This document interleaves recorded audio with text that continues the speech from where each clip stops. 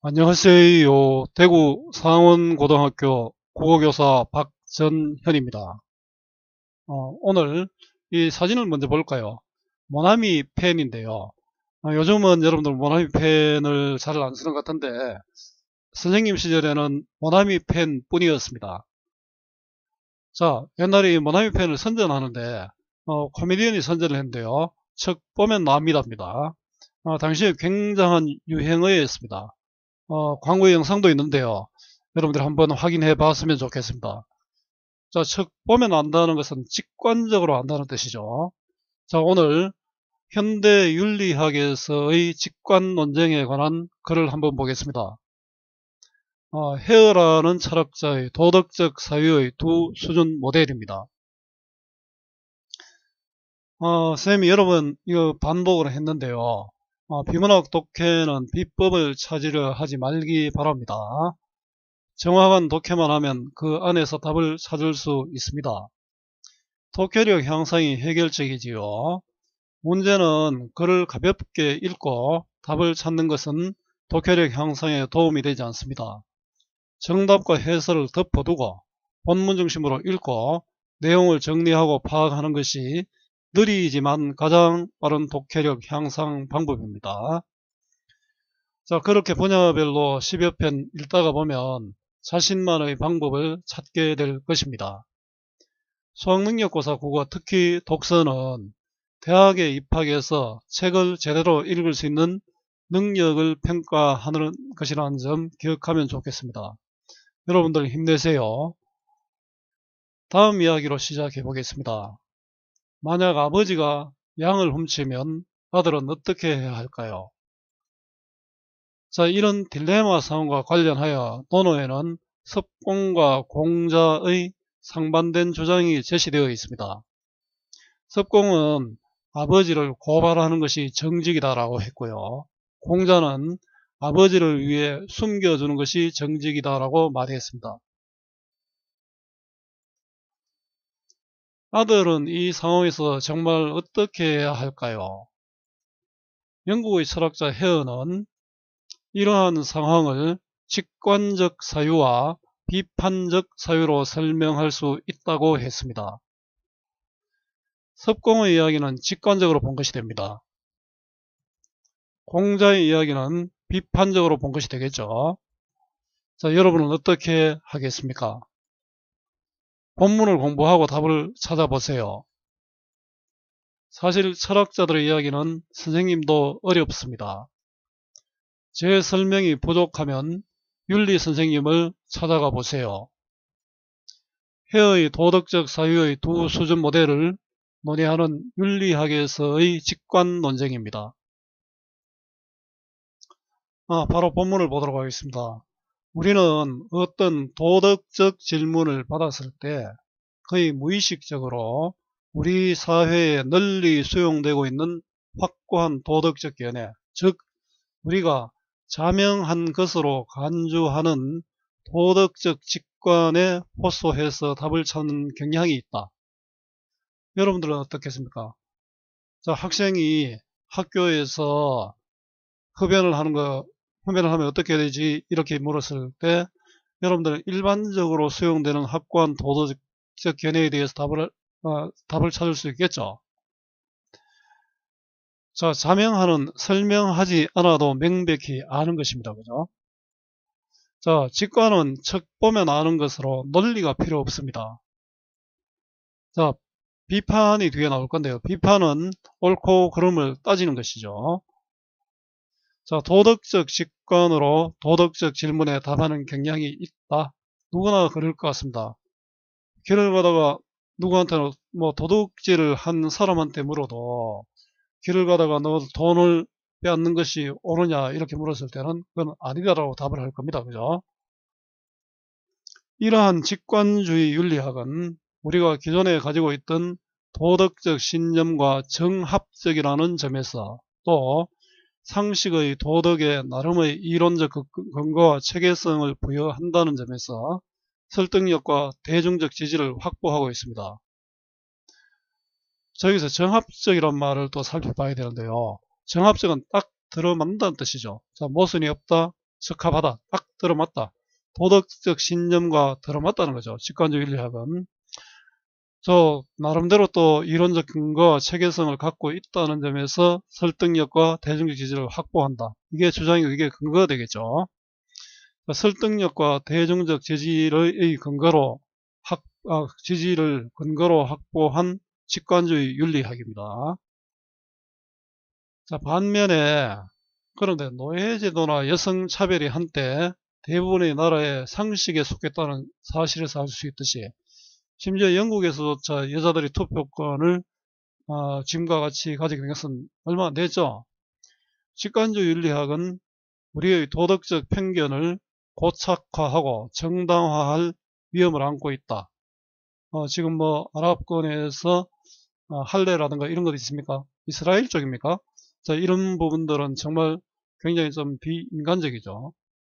전통적인 도덕적 질서를 옹호하는 도덕적 보수주의를 대변할 위험도 있다. 옛날 것은 무조건 맞다. 공자얘기는 무조건 맞다. 이런 것을 대변할 위험도 있죠. 직관주의 윤리학은 도덕적 직관들이 시대와 장소, 계층과 사람에 따라 다양하고 서로 갈등할 수 있다는 사실 때문에 한계가 나타날 수 있다. 요즘도 그렇지 않습니까? 우리 계층 간의 갈등뿐만 아니라 세대 간의 갈등도 상당히 많죠. 또 지역 간의 갈등도 있다, 그죠? 직관주의 윤리학의 문제점입니다. 편견을 정당화할 수 있고 보수주의를 대변할 수 있고 또 갈등을 유발할 수 있습니다. 다양한 직관들의 충돌로 인해 갈등을 겪을 때 그 갈등을 해결하기 위해서 또 다른 직관에 호소한다면 순환 논증의 오류를 범하게 되고, 그렇겠죠. 예를 한번 들어볼게요. 내 말이 맞아. 어제 방송에 나왔거든. 방송은 어떻게 믿어? 방송이잖아. 그러니 내 말이 맞지. 근거 없이 주장만 되풀이 하는 이런 경우도 역시 순환 논증의 오류가 된다, 그죠? 바로 순환 논증의 오류가 되고요. 반대로 직관에 기초하지 않는 윤리 이론에 호소한다면, 직관하고 관계없는 윤리 이론에 호소한다면 직관의 우위와 자명성, 직관은 나름대로 설득력이 있고 그렇기 때문에 대중성을 가지고 있지 않습니까? 우위와 자명성을 스스로 부인하게 한다. 직관도 장점이 있다는 거죠. 부인은 옳거나 그러다고 인정하지 않다는 것이겠죠. 직관에 기초하지 않는 윤리 이론 호소의 문제점입니다. 직관주의 윤리학의 특징을 한번 쭉 살펴봤습니다. 단락을 공부하고는 반드시 단락을 정리해보는 게 필요합니다. 직관주의 윤리학은 도덕적 신념과 정합적이고 상식의 도덕의 근거와 체계성을 부여하지만 편견을 정당화할 수 있고 보수주의를 대변할 수 있고 갈등을 유발할 수 있는 문제도 있습니다. 이에 반해서 반직관주의 윤리학은 도덕적 직관의 자명성과 신뢰성에 의문을 제기한다. 일단 우리 어떤 상대방의 잘못을 따질 때는 그 사람이 가지고 있는 장점의 어떤 장점을 비판적으로 생각해 보면 되겠죠. 직관주의 윤리학입니다. 그죠? 직관주의 윤리학은 자명성과 신뢰성을 가지고 있다라는 전제하에서 얘기하는 겁니다. 반직관주의 윤리학에 따르면 우리의 도덕적 직관들 중 많은 것들이 우리의 도덕적 전통이나 편견을 반영하는 것에 불과하다. 편견은 한쪽으로 치우친 생각이죠. 우리의 직관적 반응은 상황에 따라 매우 다양하게 나타나기 때문에 일관성도 없고 신뢰성도 부족하다. 따라서 반직관주의 윤리학은 도덕적 직관이 윤리적 판단을 뒷받침해 줄 수 있는 증거력을 결여하고 있다고 주장합니다. 반직관주의 윤리학의 특징입니다. 반직관주의 윤리학은 도덕적 직관의 자명성과 신뢰성에 의문을 제기하면서 도덕적 직관이 윤리적 판단을 뒷받침할 수 있는 증거력이 없다고 주장합니다. 영국의 철학자 헤어라는 사람이 어떻게 했는지 볼까요? 반직관주의 윤리학에서는 직관주의 윤리학과 달리 논리를 따르는 도덕적 추리를 중시합니다.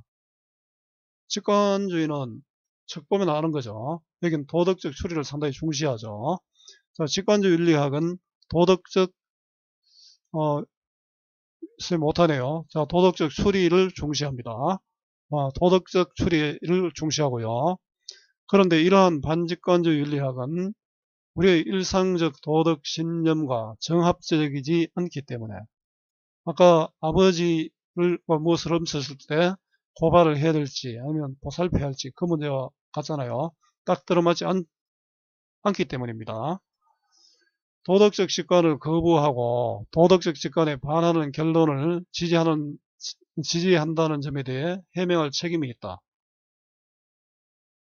그 반직관적 윤리학에서는 아버지를 고발해야 되는 게 맞겠죠. 자, 그러면은 도덕적 직관에 반하는 결론이죠. 이걸 어떻게 해야 될 것인지. 자, 해명은 풀어서 밝히다는 뜻이고요. 자, 반직관적 윤리학의 과제입니다. 헤어를 비롯한 많은 윤리학자들은 이러한 반직관성이 반직관주의 윤리학의 가장 큰 문제라는 데 공감하고 있다. 자, 윤리학자들의 문제의식에 관한 공통된 인식이죠. 자, 반직관주의 윤리학의 특징과 과제, 문제입니다. 영국의 철학자 헤어에 따르면 논리를 따르는 도덕적 추리를 중시하는 반직관적 윤리학은 도덕적 직관에 반하는 결론을 지지한다는 것을 해명할 책임이 있다는 것에 공감하고 있다. 아마 헤어는 이것을 해명할 방법을 찾겠죠. 헤어는 반직관주의의 이론적 특징을 유지하면서도 직관을 수용할 수 있는 방법을 모색함으로써 반직관성의 문제를 해결하려 하였는데 그는 도덕적 사유의 두 수준 모델을 제시했다. 도덕적 사유의 두 수준 모델을 제시했는데요. 앞으로 이게 또 뒤에 나오겠죠. 자, 반직관성이 반직관적 윤리학의 문제라는 것을 해결하려는 시도다. 그죠? 헤어에 의하면 도덕적 사유는 직관적 사유와 비판적 사유의 두 수준으로 구성된다. 자, 직관적 사유를 이끄는 도덕 원리는 그것을 위반했을 때 죄의식이나 회한 같은 강력한 도덕적 감정을 수반하며 도덕적으로 내가 잘못했을 때는 후회가 되잖아요. 물론 그런 걸 무시하는 사람도 있지만요. 또 간단하고 일반적인 원리이기 때문에 일상적인 도덕적 사유에서 활용하기에 용이하다고 보았다.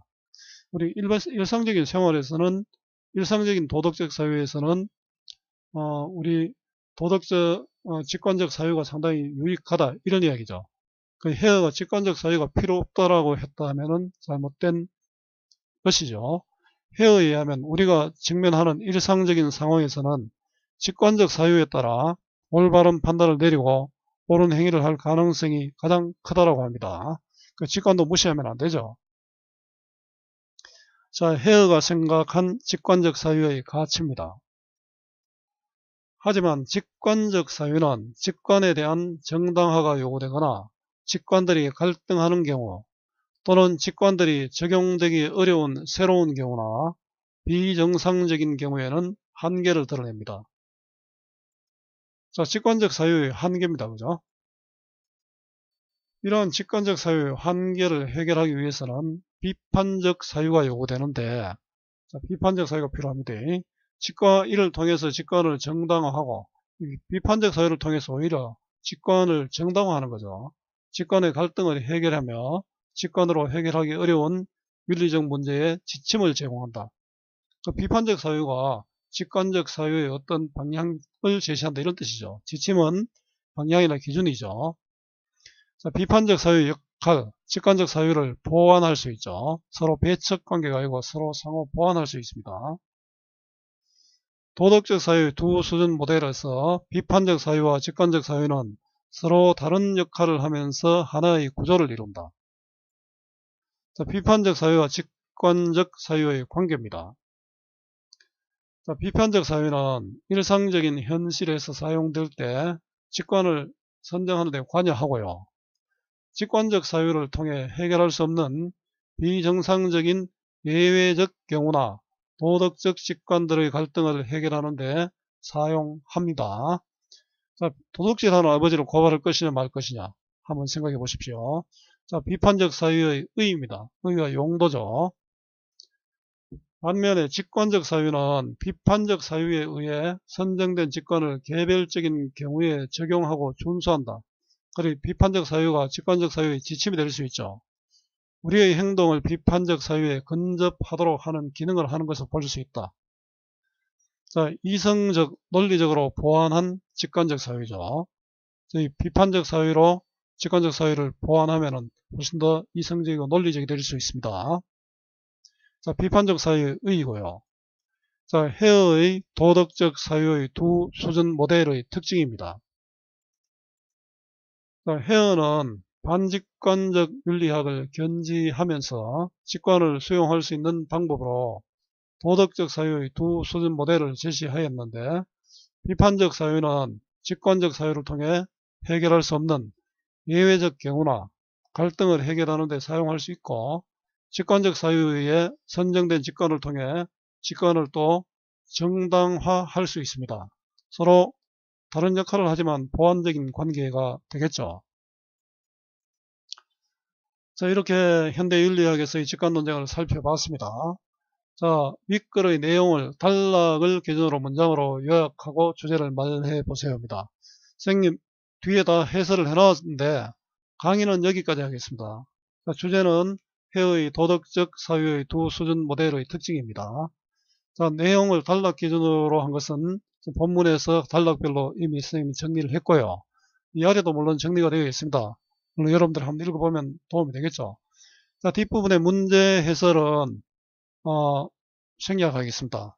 문제 해설도 물론 여기는 다 되어 있습니다. 자, EBS 교재를 볼 때 본문을 보고요. 본문을 보고 그다음에 문제는 정답과 해설을 보지 말고 문제를 풀어보세요. 문제마다 문제 해설 강의를 링크해 놨는데 그거 별로 도움 안 됩니다. 여러분들이 풀어보고 정답과 해설을 통해서 확인하는 거 좋습니다. 물론 선생님 자료를 봐도 됩니다. 자, 국어 특히 독서 비문학 독해의 기본은 반복과 복습입니다. 여러분들 반복과 복습 하입시디. 자, 오늘 현대윤리학에서의 직관논쟁이라는 비문학 독해 지문, 인문 분야의 지문을 공부했습니다. 여러분들에게 조금이라도 도움이 되었으면 좋겠습니다. 수고 많았고요. 오늘 또 고맙습니다.